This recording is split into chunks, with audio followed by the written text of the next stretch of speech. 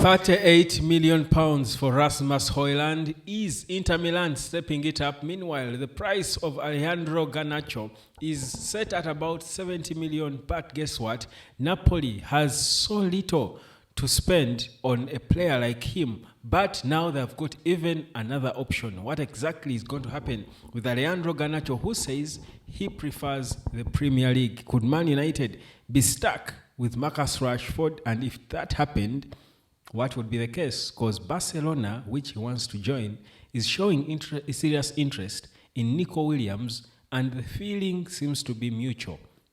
Guys, subscribe, like, and share, because it's day one of the summer transfer window, and we're here to wrap it up and see what has happened. My name is Webb again, guys. I do thank you so much for coming there, of course, in time in my inbox on the number down there, to learn and understand this thing called the internet. And I know that many of you are still on the way.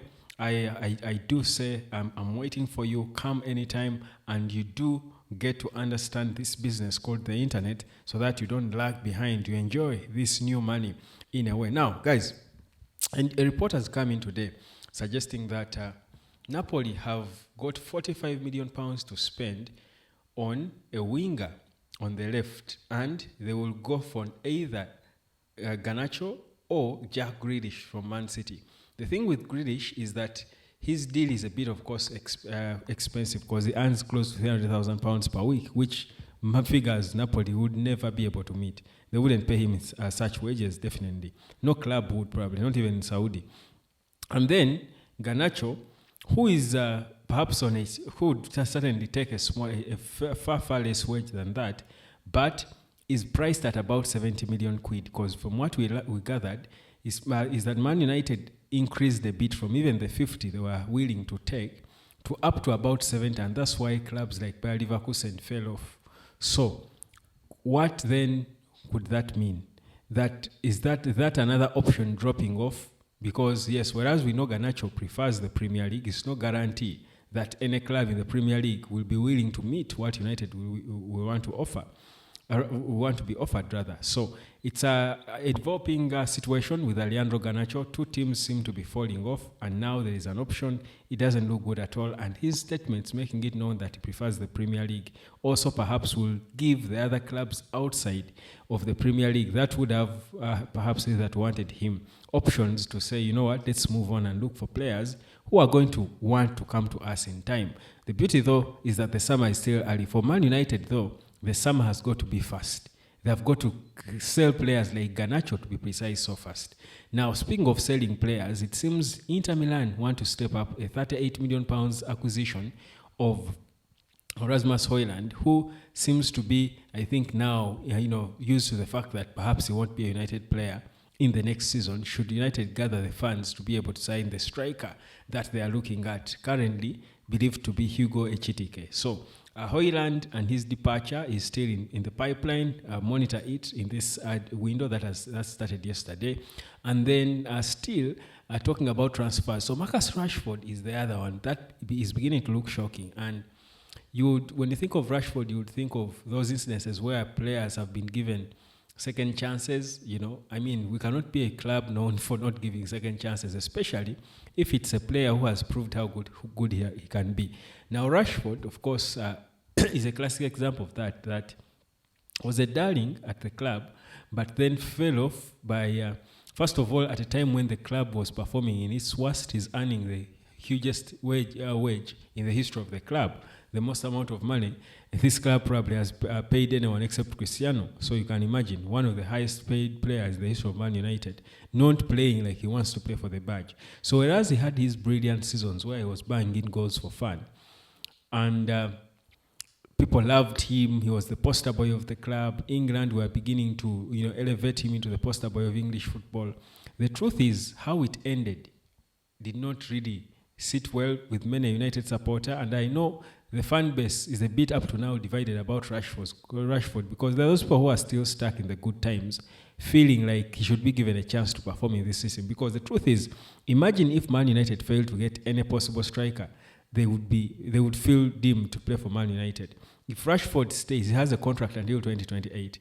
Barcelona takes Nico Williams. Rashford has no option. Aston Villa can't afford him. United wants £40 million. He's on a high wage. Villa can't afford it. Rashford cannot take a pay cut to play for Aston Villa. He can't take a pay cut to play for Barcelona or Madrid. Now, if Man United end up getting stuck with him and fail to find a striker, would it be sensible for them to consider, again, reconciling whatever differences they have? Because this boy has gone on loan to Aston Villa and proved to you that in 6 months he can bench their hottest striker who was wanted by Arsenal.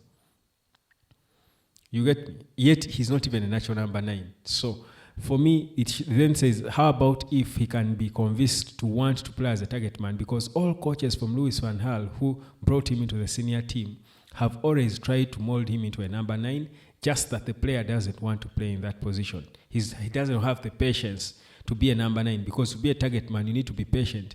He wants to be involved in play, running with the ball because of his speed. Coaches tell him, you're a good finisher, you're quite clinical, you can be dangerous as a number 9 with your speed and ball usage, but he wants to fly from the left. So that's why, for me, I think he even got frustrated, because you saw that all coaches try to play him as a 9. And even Unai Emery gets him instantly at Aston Villa and he plays him as a 9. So I think it would make sense. Imagine Cunha, Mbeumo, this boy up top, Garnacho up top, rather Rashford up top. Couldn't it look more threatening than even having a Chitike, 20-year-old little-known boy? So he would probably, because he has proved that he can play well in the Premier League, the hottest league, just in a bad team even, he has proved at times. So whereas I think there is a player in there, and I would understand that school of thought, and I've been debating about Rashford with my colleagues. For me, the issue with Rashford is never about his footballing abilities, maybe, but it is mostly about his attitude. That even if you're good and in this system you would be the perfect guy because there are no options on the market, I think the moment a player comes out for himself, first of all expresses it on the pitch that doesn't want to play for the badge no more, he has lost touch with the fans, then he goes out in the media and he talks about how he thinks it's time for him to explore a new challenge. He has given up on the club. That's him putting in a transfer request. So literally, he doesn't want to play for you. So what business do you have trying to convince him because you're desperate, because you failed to find the hottest young strikers you are dreaming of, because they have been poached by other clubs, the Chelseas and Liverpools and what have you? You choose to stick with a player who has clearly said he wants a new challenge, he doesn't want to play for you, and he even showed it on the pitch. But he's your topmost earner. Think about it. So I think logic states or dictates that you just let go of such a player, and you'd rather trust Chido, Obi, or Højlund and Zaxi and try to train them into world beaters because they want to play, perhaps. So that's the situation with Rashford. Whereas the player would make sense. Honestly, I think Rashford, well molded, would score goals with Cunha, such brilliant players behind him, Cunha, Ahmad, and Mbeumo.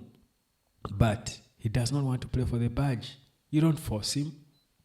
He lost it already. Let him go and express himself where he's happy. So my verdict would be, Rashford, maybe the player can be there, but no chance for him to return. Neither I think I would be backtracking on my statements on Sancho. I also don't think Sancho can be an option, can be looked at, because he's also on a high wage, doesn't want to leave. But do they force their way back into the team? I perhaps don't think it would be the right thing.